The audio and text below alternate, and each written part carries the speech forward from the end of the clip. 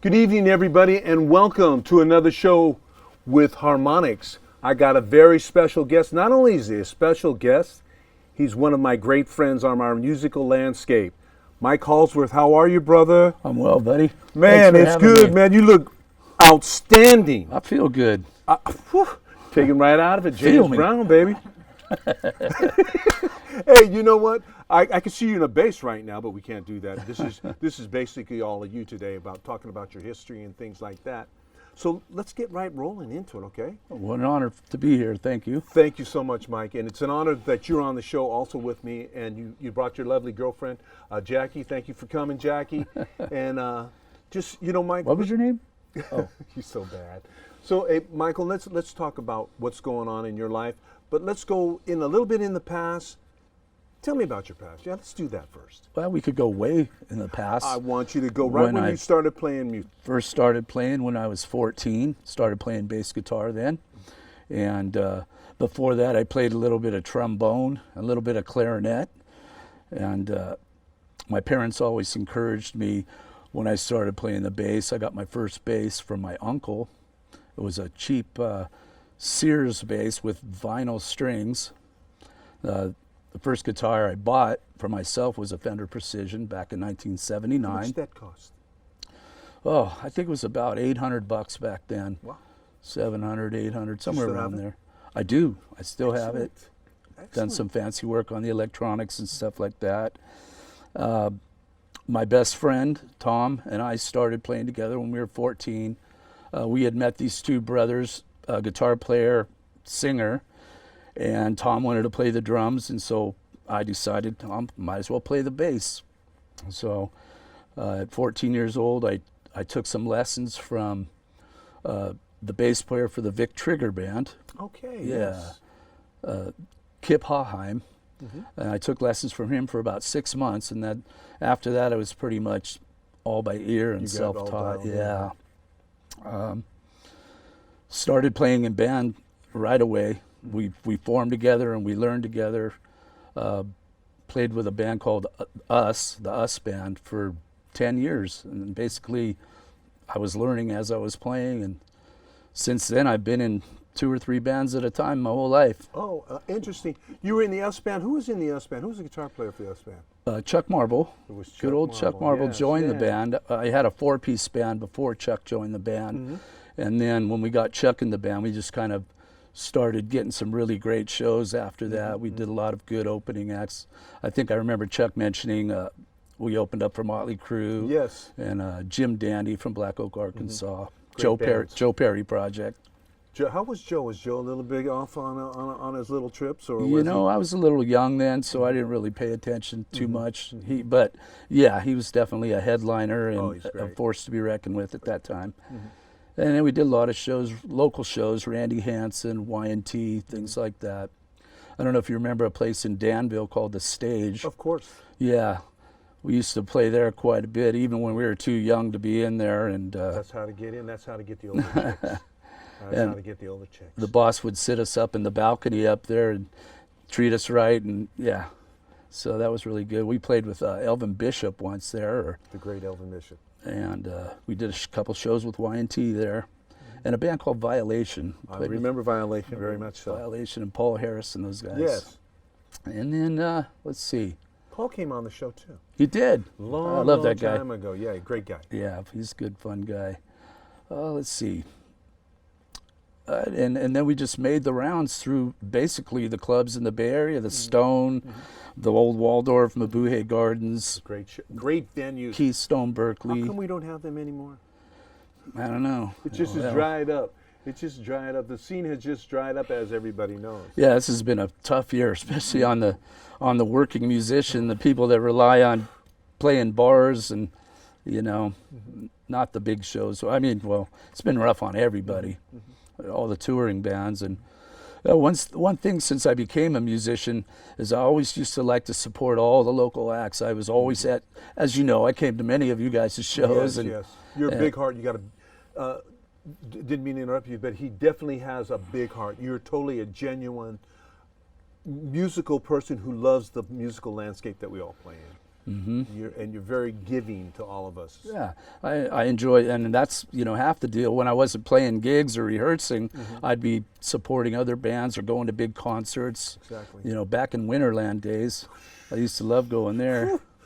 Frank Marino and Mahogany Rush.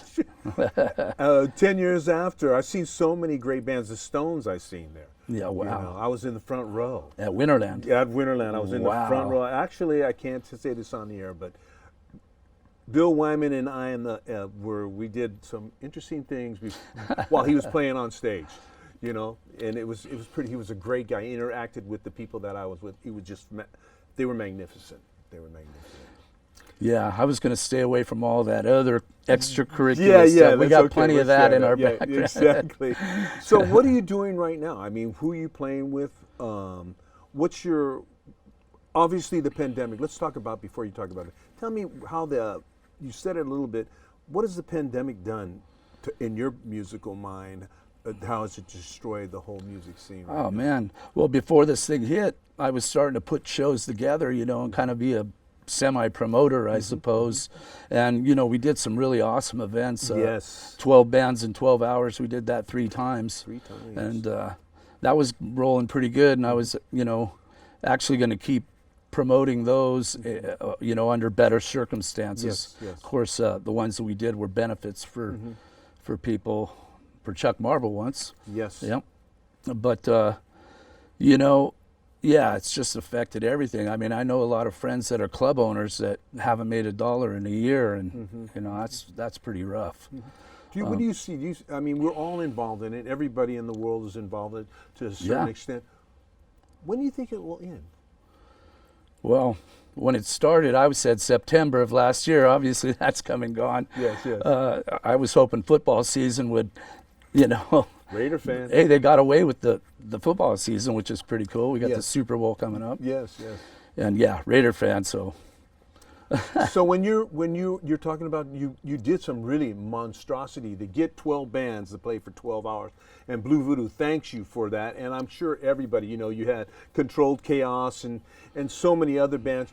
Let's talk about Jack Wagon. What does Jack Wagon mean to you? And that's probably your main band right now? Absolutely, yeah. Well, first of all, those guys are my great friends. We have awesome chemistry. And so when I joined the band, well, actually, I joined the band where there's only one other member that was there before me. Who was that? Jim McSheffrey, Jim, my guitar great. player. He's a great guy. Jimmy guy. We always, and then when James Stark and I, you know, I got in the band and I brought James Stark in, and we always wanted to work together, and we both just want to have fun. I mean, so sometimes you have to remind yourself it's all about having a great time, and you know, the chemistry in the band is almost as important as people's skill levels. Most definitely. You know, somebody could be a great player, but yet hard to work with, and so that usually doesn't work out. But with Jack Wagon, we're all really good friends. Yes. And, you know, through this pandemic, we've kind of been adding to our songs and everything. And we're right now in the process of probably writing some stuff. Good for you. When we, About when we, time. we'll come up with some originals and maybe record eventually. About time. But right now we want to be a working band. We want to play those clubs right when they open. So I know you do. as you know, No, and as we're I probably know. going to be doing some shows together. We will definitely do some shows. And I like to say hello to James Stark. You're not crazy. You're damn well crazier. You know, it's good to see you, James, in the TV land when you get to see this. So you're doing that. You have recorded with a band called Through the Fire. Through the Flames. Through the Flames. Right. So tell me about that. We played with you at that was a great night. Yeah, Martin Olander and Joy Olander. And he looked Dave great in the Baxley. video. Oh, thank you. Yeah, that was actually one of the only CDs I've ever been on in my life. I've never been much of a recording artist or anything like that. Of course, I've always played music, but I raised 3 children, and I'm very proud of that. I was, I got 3 awesome kids, and Beautiful. and now a handful of grandkids too to go along with them. I seen one Hi, of the Aubrey. pictures. Hey, you want to say hi? You want to say hello to your family? It's okay, man. That's all right. That's great. So you did that. Then you got into Jack Wagon, or Jack Wagon was still, you were still involved with Jack Wagon. Am I correct? Yeah, I've been in Jack Wagon for quite a few years, and then I was also in Hayes X. Okay. And then I got the opportunity to join Through the Flames, Mm-hmm. and I submerged myself in that and learned very technical songs, Yes. great music, very technical. The problem with it was I live in Tracy and we rehearsed in Santa Cruz. So commuting an hour and 40 minutes each way, and if there was traffic, it would be even longer, And, Yes. and they all lived locally, and so sometimes I would, get there a little bit late, no fault of my own. Mm-hmm. I tried to leave plenty of time, but sometimes it was just, anyway. Were you playing? Were you traveling at night? Were you rehearsing at night and then drive home? Sometimes we would do it during the day, but yes, I'd always drive home. Okay, You that'd be tough, especially the roundy roads. You know how it is. I mean, we've all been on that road. So you mentioned earlier before we got into the interview, you also are possibly playing in a trio. You said. Yes, I have a trio that I used to play with about 5 years ago. Like I said, I've always been in like 2 or 3 bands and tried to, give enough time where I wasn't taken away for somebody else or whatever, and it always kept me on top of my chops and everything. Oh yeah. And so, I have a band called the Knuckleheads, Victor Clark on guitar, and amazing singer, drummer, Jeff Stein, who I did another side project with called Triple Threat with a guitar player named Jeff Stewart. Okay. He lives in Reno, and Jeff Stein and I would be driving to Reno on Sundays and do a 6-hour rehearsal and drive all the way back so he could just some crazy traveling, just stay on top of my game, so it was worthwhile. It was worthwhile. It is worth. So you mentioned earlier that you and Jack Wagon, or you guys might, actually, start creating, which is a good thing. We're doing that right now. Good. As of tomorrow. Okay. So that's always good to get that originality, and that. Yeah, I mean, we've been playing so long, we got so many ideas. I have tons of ideas. I've just never recorded anything or laid any tracks for everybody else to work off of or anything like that. So let me ask you, so you actually, you mentioned also, you've traveled a lot, right? You've been doing shows. When you guys go back and play, how many clubs do you think we're all going to be able to play in? Whew. Well, then you just have to widen the circle, Where I live in the Central Valley, Tracy, I can always go towards Sacramento or Modesto, which, adds a few out there. And then there's, some local places, Windmill Cove, Stockton, some outdoor places that we'd probably be able to get back into pretty soon, hopefully. Because I know they were one of the last people to shut down the live music. They were doing really big events out there, and that's not very far from my home. And again, like I said, I'm kind of the booking guy from the band too. I kind of reach out to all the club owners, and you're really good. I must say you're really good at gathering people together and bands, because we respect you so much, not just as a musician, but as a person that is respected by all of us, and you're to your word.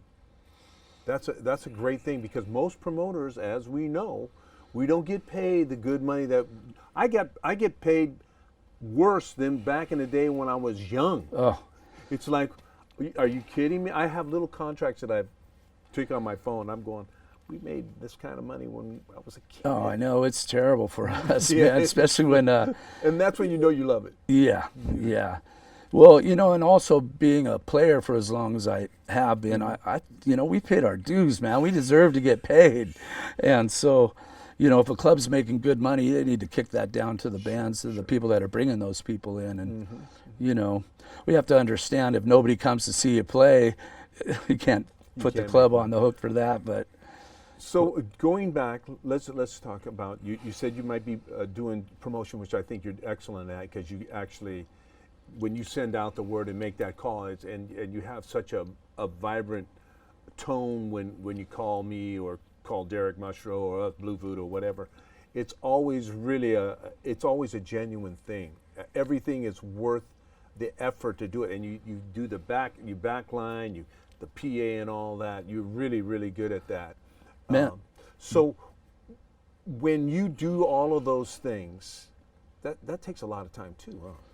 Yes, it does. A lot of phone work, The last benefit we did for Chuck Marble, 12 bands, and that went together like, it was great, because after we did the first two and they went so successful and so well, I just had to make a few phone calls. We got the time slots down, got the back line.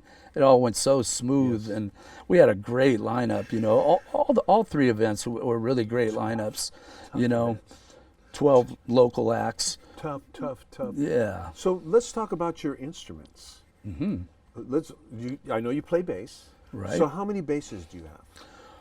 I think right now I have about 14 basses and about 3 electric guitars and a couple acoustics. Of course, I don't know how to play guitar very well. I've been a full-blooded bass player my whole life. I play with my fingers, never used a pick ever. You know, if I ever have to do some fast stuff, if I can't do it with my 3 fingers, I'll grow my fingernail out and use it as a pick, you know. But I've never used a pick. But I think I want to get some picks so I can throw out to people Of course, why not, right? You're a bass player. I've seen people do that, right? Yeah. So you got that. So what is your fab? What's the one? What is your main instrument? My main instrument is I got to say it's my Music Man Stingray.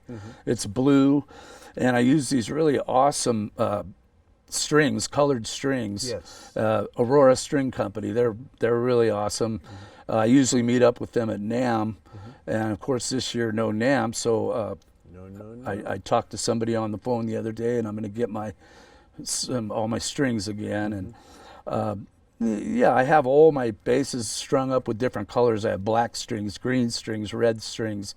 But the thing about them is not only they're beautiful strings, but they sound awesome. You know, there's my plug, Aurora Strings. Yes, and you know what's and Ampeg SVTs. I was just going to say, what's your setup? Well, or do you vary from show to show, or do you? Well, I of course a big fan of the 810 and the Ampegs. I have an SVT2. I bought 2 of those back in 1989, and those great tone, but that's a lot of work, man, moving those things upstairs, wherever, the refrigerator. I know that Ken Yetsen likes them when you've let him use your setup. Yeah. So that is an Ampeg. You said you got it when? Back in 1989, I bought 2 of them. So, because I was opposite, I was in a power trio with this amazing drummer, John Perrine, and guitar player, Ricky Torres, a band called Harem Scarum. And we actually couldn't find a singer to keep up with us. We were very progressive and couldn't find anybody to really keep up with us. And I was traveling again from all the way out to San Jose from where I lived, you know, out in the Central Valley. So that became difficult as well. And that's basically your setup right there. Well, yeah, but now since I've been, you know, I have a nice portable rig. I have a 210 Hartke cabinet with a little Elf head, which is a 200-watt power head that weighs 7 pounds. I could put it in my pocket. And for a while there, I was doing gigs out of my Corvette, so I'd have to put the amp in the back and, you know, my gig box, and then my basses would be on the seat next to me. So at least you're warm. But now I have a decent vehicle I can haul things around in. But I still use that nice small setup. It works great for rehearsals, and it actually works well for clubs. I use it direct out, and So I'm gonna talk about a great guitar player that passed. You probably know who it is. In fact, I was listening to him. I was watching his last concert with Van Halen. Oh man. So when you heard the news that Eddie is such a big part of my life, and you know, I've taken pictures of Ed on stage, his first show. When you heard that, what did you feel like? Oh man, it was a heartbreaker. Yeah, it was. You know, again, I've been a bass player, so I'm a big Michael Anthony fan, and you know, and Sammy Hagar. I went to a lot of the Cabo Wabo gigs down there. I was going to all the birthday bashes for about 5 or 6 years, and of course I got to meet those guys, and I did a couple shots with Michael Anthony and stuff. But yeah, the passing of Eddie was really sad. You know, he was the great. You know, it was awesome. Man. And yeah, Yeah, I've asked the last few people I've been asking about that because of just what he meant to so many. Well, I mean, he was the guy that did air guitar. Remember all of a sudden when Eruption came up, right. and then everybody was playing. I wondered one time we were playing at Nile Station. I seen this guy emulating Mitch Norton, and I'm going like, what is this dude doing? Afterwards, I walked up to him. And he says, it's because of Eddie Van Halen, man. You know. Did that come out of nowhere? That's in my pocket. Oh, was that your? I forgot to silence my phone. That's okay, man. I was wondering, man. For a minute I thought maybe, just maybe, we have a ghost in here also. Well, it's a good thing my manager's taking all my calls because. So as we getting closer, Mike, I wanted to tell you thank you so much for coming on the show. You are truly a giant as far as I'm concerned here in our musical landscape. You bring people together. You do great organization of shows. You got one of the biggest hearts because you do things that make people happy, and you do things that show how much love you have for another human being. And that's a big thing for me. The first time I met this guy was in his yellow vet. Comes out, I see this gigantic guy walking up to me, and I'm going like, this could either be two things. We're either gonna like each other, or he's just gonna pass me by because he's so big. And he came up to me and he says, hey, you got a great showmanship on stage. And from that moment, brother, Who doesn't love Blue Voodoo, baby? Thank you so much. Michael, thank you for coming. Obviously, your girlfriend's right here, so you could actually throw a kiss to her. But at the end of our show, basically, we actually look at the camera on, which is on 2 right now, and that means we're center stage. Give a real sexy look. You could just give her a really nice kiss. And Jackie, thank you for being here to support Mike. And Mike, here we go, man. We're gonna get ready. I was so nervous coming here. Yeah. Hey, I'm Gregory Correa. My guest is Mike Holsworth, and I am so happy that he was here today. How'd you say that? If you want to see him, go see Jack Wagon, hopefully in the future. But as our common, we like to thank everybody that makes us, not only locally, but we're worldwide. I like to thank all the people that support us. I like to thank my crew. And we gave out everybody a big kiss. You ready? Thanks for having me. No, anytime, brother.